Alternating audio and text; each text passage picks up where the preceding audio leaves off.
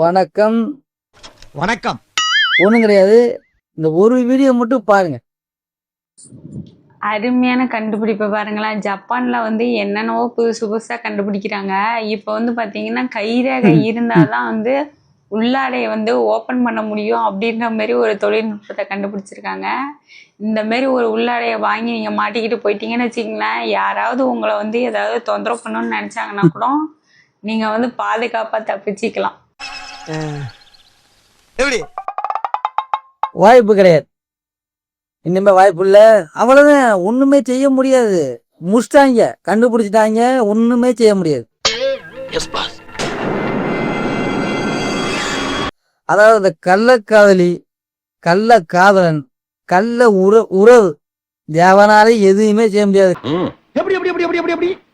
கண்டுபிடிச்சாங்க சைனாவுல. இனிமே வந்து பெண்கள் போடுற ஜாக்கெட்டு இதுக்கெல்லாம் வந்து சென்சார் வச்சுட்டாங்க. ஸ்பிங்கர் பிளேண்ட். ஐயோ, இது நல்லா இருக்கு. கைரேகை. அதாவது ஜாக்கெட்டுக்கு பின்னாடி புருஷங்காரன் கைரேகை வச்சாத்தான் ஓப்பன் ஆகும் ஜாக்கெட்டு. எல்லாத்துக்குமே. அதனால இனிமே இந்த கள்ள காதல் பண்றவங்க எல்லாம் அந்த ஏரி புதிக்கிறது தெரியாம எல்லாத்தையும் முடிச்சாங்க. எல்லாமே முடிச்சு ஒண்ணும் செய்ய முடியாது. எப்படிலாம் முடிச்சுக்கா பாரு சைனாக்காரன். அதாவது ஜாக்கெட்டுக்கு பின்னாடி வச்சிருக்காங்க கையேறுக. அப்படி வச்சா டிவி ஓப்பன். புடிச்சங்க கையில வச்சா மட்டும்னு ஓப்பன். சூப்பர். அந்த அம்மாவே நினைச்சாலும் இடையில குளிக்கணும், துணி மாத்தணும், வேற சட்டை போடுவோம்லாம் வீட்டுக்காரன் வரணும். வந்து ட்ரெஸ் மாத்த போறியா இந்தா அது இங்கே வச்சாதான் ஓப்பன் ஆக. ஏன் திமுங்களா? எப்படி? அதான் முதல்ல நானும் யோசிக்கிறேன். ஆனா எதுவும் வரமாட்டேன். ஜாக்கெட்டு பாவட எல்லாமே எல்லாத்துக்கும் கைரேகையோட கண்டுபிடிச்சிட்டா சைனாக்காரன். அதனால நீங்க இன்னும் பயப்பட வேண்டியதில்லை. புருஷன்மார்கள்லாம் பயப்படாம நின்று விளையாடலாம். அடுத்த வேலை கைரேகை வச்சு பிறந்தா தானே அடுத்த வேலை. அதனால நீங்க வேணும்னா வாங்கிருங்க ஆர்டர் பண்ணி. இது என்ன அட பாவிலாம். மடியேன்னு கேட்டாதான் தருவேன். நல்ல வழி காட்டத்தான் ஆத்த தரிசனம் கொடுத்திருக்கேன். வர கூடாதுன்னா வர மாட்டேன். நீ தேடி தேடி ஓடனாலும் ஆத்த கண்ணுக்கு தெரிய மாட்டேன். புரிஞ்சதா? அதாவது ஒரு பழமொழி சொல்லுவாங்க, இந்த ஊரு மேல போன மாரியாத்த எங்கேயோ வந்தது மாதிரி. தப்பாக்குதுண்ணா. அது மாதிரி நம்ம செவனேன்னு இருந்துச்சு. லோனு வாங்கிட்டு ஏதோ ஒரு மாசம் கட்டி ஒரு மாசம் கட்டாம ஏதோ செவனேன்னு இருந்துச்சு. கரெக்ட். அந்த அம்மாட்ட லோனு வாங்க போறேன்னு சொல்லி லோனு வாங்கி தந்தா வாங்கன்னு தல்லைன்னா சத்தம் போட்டு வீடியோ எடுத்தையே நீ கூட ஒரு ஓனர்கிட்டயோ மேனேஜரே காமிச்சிட்டு போயிருக்கலாம்ல. அதை எடுத்து இன்ஸ்டாகிராம் எல்லாத்துலயும் போட்டு இப்ப அந்த அம்மா சரியான பேமஸ். சில்லற சரியான காசு. சொந்தமா ஒரு கோயில் கட்டி இருக்கு. கேக்குறவன் கேன பையனா கேப்பையில நெய் வடியுதுங்கிறான் பாரு. சரியாவாரம் ஆளுக்கெல்லாம் அலம்போது. இப்ப அந்த அம்மா வந்து அடுத்த லோன் கொடுக்குற மாதிரி கடன் கொடுக்குற மாதிரி கொண்டு வந்தாங்க. இதுதான் நம்மளுடைய பழக்க வழக்கம். பெரிய ஆளா கொண்டு வந்தாங்க. அந்த அம்மாவை அசிங்கப்படுத்தணும்னு நினைச்சு தூக்கிட்டாங்க. அது சரியான காசு. இப்பெல்லாம் ஆள்லாம் கூட்டம் நைட்டே வந்து உட்காந்துறாங்களாமா. காலைல முதலா பண்ணிக்கிறாங்களாம். அந்த அளவுக்கு உண்மையான சாமியாவே ஆக்கிட்டாங்க.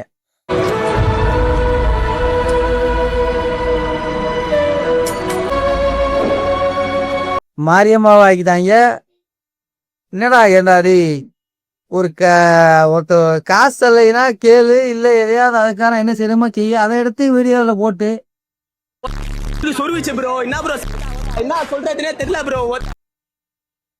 நீயே குறிவாக்க போய்க்கலாம். அந்த அம்மாட்ட நீயே குறிவாக்க போய்க்கலாம்.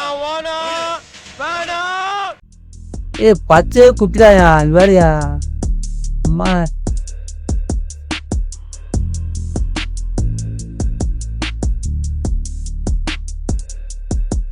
ஆறு தொலைச்சு விடுறியா?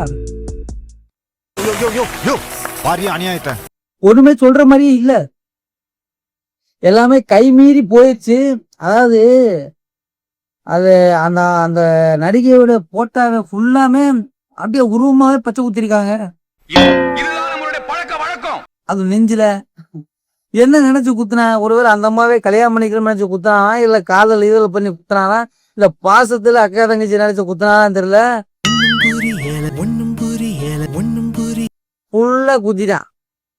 சரி கல்யாணம் பண்ணுவோமே பொண்டாட்டி கேட்குமே அப்படின்னு இல்லாம குத்திட்டானே. இப்ப கல்யாணத்துக்கு அப்புறம் உனக்கு அந்த அம்மாவுக்கு என்ன சம்பந்தம் கேட்டா என்ன செய்யுது? எப்படிடா அடே அப்பா போட்டாவை குத்துறாங்க, அம்மா போட்டா குத்துறாங்க, ஏன் பொண்டாட்டி போட்டாவை கூட குத்துறாங்க, மயன் பிள்ளைய போட்டா குத்துறான். ஒரு நடிகை நல்லவங்க தான் இல்லைன்னு சொல்ல, ஆனா அவங்க போட்டா குத்திருக்கியே எதுக்குடா? கேட்க கூடாதுன்னு இருந்தா இப்ப கேக்குற சொல்றான். என்ன நினைச்சு நினைச்சு பாத்துக்கிறியா தூங்கும் போது? என்னடா இப்படி பண்றாங்க ஐயா?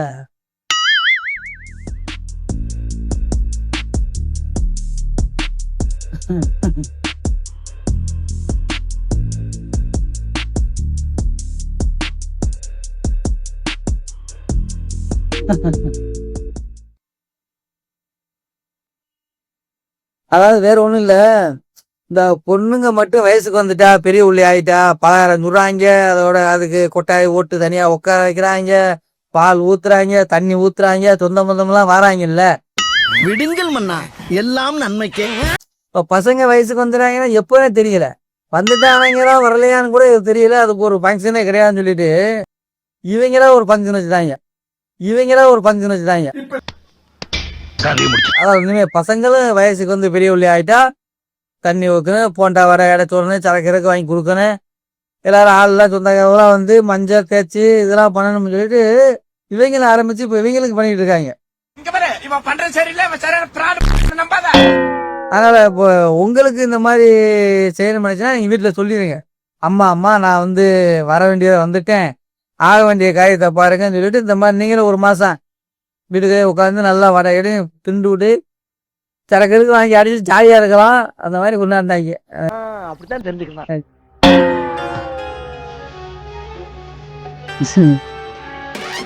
போடு அந்த சரி விசிறு வைக்கலாம். அப்புறம் டாக்டர்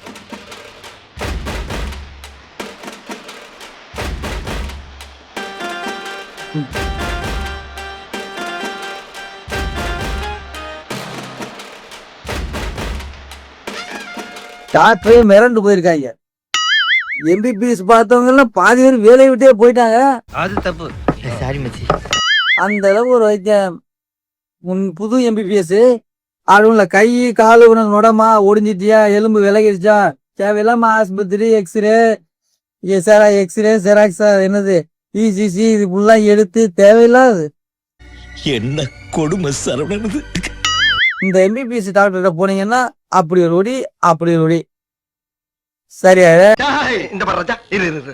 சரி ஆகும் போலங்க. அப்புறம் ஆக்கணும் தானே இவ்வளவு பேர் வந்து நிக்கிறான். அதான் குணமா ஆக்கணுதான் இப்படி பேர் லைன் கட்டி நிக்கிறாங்க. ஏன்டா என்ன 5 வருஷம் படிக்கிறாங்க, 10 வருஷம் படிக்க, நீட் எக்ஸாம் என்னத்துக்கு? ஒண்ணுமே கிடையாது. இல்ல அனுபவத்திலே கத்துக்கலாம். எப்படிலாம் வைத்தியம் பார்க்கறாப்புல இவங்க போறாங்க. நாடு எங்கே போயிட்டு இருக்கு பாருங்க. டேய் இங்க பாராடு வளகாப்பு வீடியோ பாத்துங்க, அருமையா பண்ணிருக்காங்க. வாரு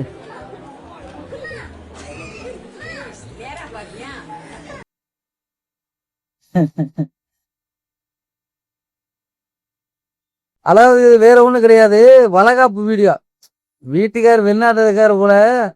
ஏன் திமுங்களா? எப்படி? அதான் முதல்ல நானும் யோசிக்கிறேன். அதுக்கு இந்த அம்மாவுக்கு முன்னு வச்சுக்கலாம், இல்ல ஒரு வந்ததுக்கு அப்புறமா வச்சுக்கலாம், இல்ல வர சொல்லியாவது வச்சுக்கலாம். அப்போ செல்ல அவர் வீடியோ கால் பண்ணி வீடியோ காலாம் போட்டா வந்துடல பண்ணி அப்படி வச்சு 2 பேர் நினைக்கிற மாதிரி பண்ணி வளகாப்பு. எங்கேயா இருந்த இவ்வளவு நாளா? வீட்டுக்காரன் மனைவி கணவன் சேர்ந்து வளகாப்பு. நல்லா இருக்கு. சில வெளிநாட்டுல இருந்தா திடீர் லீவு கிடைக்காது, வர முடியாது. நம்ம சமயங்கள்ல இப்படி ஷார்ட் ரூட்டா வளகாப்பு வச்சுக்கலாம். வீடியோ கால் மட்டும் போன் இருந்தா போதும். கரெக்டா பாயிண்டா பேசுது இல்ல, கும்பி பேசுறாரு. ஐயோ இங்க வாரு, என்னடா அது உண்மைதான் அது? சொல்லி தொலைகடா மங்குனி பயல்களா. அடப்பா பாத்தியா, ஆடு இந்த பக்கம் மனுஷன் தலை, ஆட்டு உடம்பு மாட்டு உடம்பு மனுஷன் தலை. எப்படி இது? அது தெரியல. எவன் பார்த்தாலும் அந்த வேலை? டேய் என்னடா அப்படி இருக்கியா? என்ன வேற எதுவும் ஏஎல் மீடியாவா இல்ல உண்மையாவே நம்ம ஆளுக்கு எதுவும் இந்த வேலையை பார்த்து விட்டாங்களா? அவன் வேற யாரும் இல்ல சிம்ரன், அவன் என்னோட காலேஜ் ஃப்ரெண்டு. பசுமாடுக்கு போய் மனுஷன்னு ஆளு கலந்த மாதிரி பிறந்திருக்கடா. இது வளருமா வளராதான் தெரியல. இந்த மாதிரி இவங்க பண்ணி இந்த மாதிரி வளர்ந்து இதெல்லாம் ஊர்ல தெரிஞ்சா என்னடா இப்படி பண்றீரு? என்ன பொண்ணு? என்ன கத்தாதே. ஒரு கல்யாண வீடியோல அக்கா கல்யாணம் ஒரு தங்கச்சி கை கொடுத்துருக்கு. அவன் அந்த பொண்ணு கையை அப்படி தட்டி விட்டுச்சாட்டுக்கு. ஆனா ஒரு தங்கச்சி பாரு 6 வருஷம் வெயிட் பண்ணிருக்கு. என்னையவ கையை தட்டி விடுற அப்படின்னு அதே இதை நம்ம கல்யாணத்தானே ஒரு தங்கச்சி அக்கா கையை வாண்டடா கொடுக்க சொல்லி தட்டி விட்டு ரிவெஞ்ச் எடுத்திருக்கு. பார்த்தாலே தெரிகிறது. தெரிகிறதா? ரிவெஞ்சுனா எப்படி ரிவெஞ்சு? அதாவது பொம்பளை பிள்ளைங்க தான் அதிகமா அந்த ஞாபக சக்தி இதெல்லாம் இருக்கு. எப்படி பண்ணிருக்கு பார்த்தியா ரிவெஞ்சு? 6 வருஷமா வெயிட் பண்ணிருக்கு. உனக்கு ஒரு நாளைக்கு கல்யாணம் ஆக முன்னாடி அன்னைக்கு பாத்துக்கிறேன் நீ ஒண்ணு வச்சு செய்யணும் என் பேரை மாத்து அப்படின்னு சொல்லிருக்கு. அதே மாதிரி செஞ்சிருச்சு பாரு. பிசு தட்டிடுச்சு. நல்ல வேற தன்னுடன் செல்ஃபி எடுக்க வந்தவருக்கு அட்வைஸ் பண்ணிய பிரியங்கா மோகன். அப்போ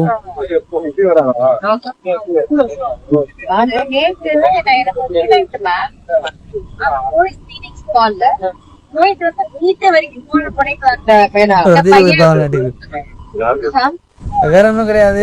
இந்த அம்மா கார்ல போகும்போது பாத்திருக்கேன். செல்ஃபி எடுக்கிற மாதிரி விட்டு விரட்டி இருக்கேன் காரை. பார்வதி என் பிள்ளையோட அறிவை எங்க போனா வர விட மாட்டேன். உன்னைய போ எங்க வேணாலும் போன்னு சொல்லிட்டு காரை விட்டு துரத்திருக்கேன். துரத்தி அந்த அம்மா இது பண்ணி நின்று அப்புறமா இந்த ஸ்டூடியோ இங்க வந்திருக்கு. அதையும் பார்த்துட்டு விரட்டி வந்திருக்கேன். செல்ஃபி எடுக்க வந்தவொடனே சொல்லிடுச்சு, இந்த மாதிரி ஏன் விட்டு விரட்டுற, அது சொந்தக்கார வீடு, இந்த புருஷாயிருந்து பார்த்தா பிரச்சனை ஆகி போயிடாம சொல்லி அப்போ போட்டோ எடுத்துட்டு போறான் பாரு. அவளை திட்டுது. அப்போ நின்று செல்ஃபி எடுத்துட்டு போயேன். விடுங்கள் மன்னா, எல்லாம் நன்மைக்கே. இல்லை விட மாட்டேன். இங்கேயும் உட்காந்துருப்பேன். சாயங்காலம் வீட்டுக்கு கிளம்பும்போது பின்னாடியே போனேன். அது தெரிஞ்சு அதான் போட்டா பிடிச்சு.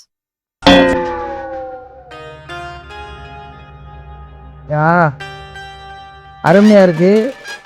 இந்த இலைய சொன்னேன். இந்த மாதிரி சப்ளை எல்லாம் பண்ணா யாரும் சாப்பிட மாட்டாங்க. யாரு சொந்தமில்லாத திரு கல்யாணத்துக்கே போவாங்க. மூஞ்சிக்கு கூட சாப்பிடுவாங்க. அந்த அளவுக்கு ஒரு பரிமாறுதல். இந்த மாதிரி பந்தி பைக்கு அன்லாக் பண்ணாங்க.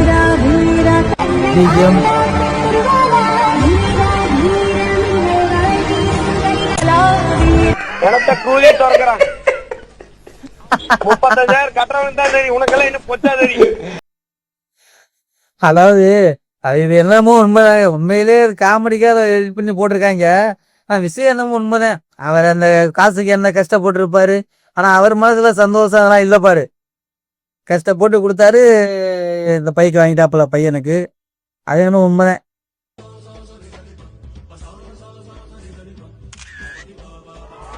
பாவி சின்ன பிள்ளையிலேயே இப்படி மாலை போட்டு முன்னாடியே பேசி முடிச்சிடறாங்க. அதனாலதான் 90s கிட்ஸ் கல்யாணமே ஆகல. பிறந்தவனே மாலையை போட்டு பிக்கப் பண்ணி அக்ரிமெண்ட் அப்பயே போட்டான். அதனால ஆகாது. அவ்வளவே 90s கிட்ஸ். அதனால அடுத்த வீடியோவில் நான் உங்களை சந்திக்கிறேன். இத்தோடு இந்த வீடியோ முடிவடைகிறது. நன்றி, வணக்கம்.